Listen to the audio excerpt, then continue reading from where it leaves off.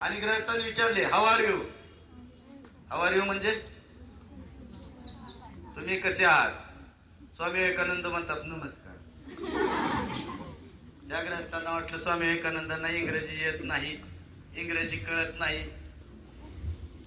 मग ते हिंदी मध्ये म्हणले आप कैसे हो. मग स्वामी विवेकानंद म्हणले आय एम फाईन.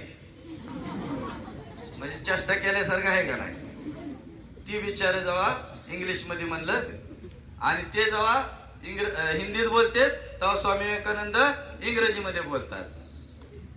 मग त्या गृहस्थाला खटकलं. ते म्हणले स्वामीजी मी आपणाला पहिल्यांदा इंग्लिश मध्ये बोललो तर आपण हिंदीत बोललात, आणि मी ज्यावेळेस तुम्हाला हिंदीत बोललो तर त्यावेळेस तुम्ही इंग्रजी मध्ये बोलता असं का.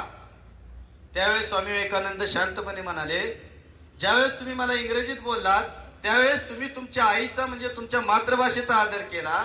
तुमची मातृभाषा इंग्रजी आहे आणि माझ्या देशाची मातृभाषा ही हिंदी आहे. मी माझ्या आईचा आदर केला. आणि ज्यावेळेस तुम्ही माझ्या आईचा आदर केला, माझ्या मातृभाषेचा आदर केला आणि हिंदीत बोललात त्यावेळेस मी तुमच्या मातृभाषेचा तुमच्या आईचा आदर केला आणि म्हणून इंग्रजीत बोललो. म्हणजे विचार कसे असतात बघा. लगेच जिथल्या तिथं सर्व गोष्टींचं एक्सप्लेनेशन करता आलं पाहिजे, बोलता आलं पाहिजे, सांगता आलं पाहिजे. आपलं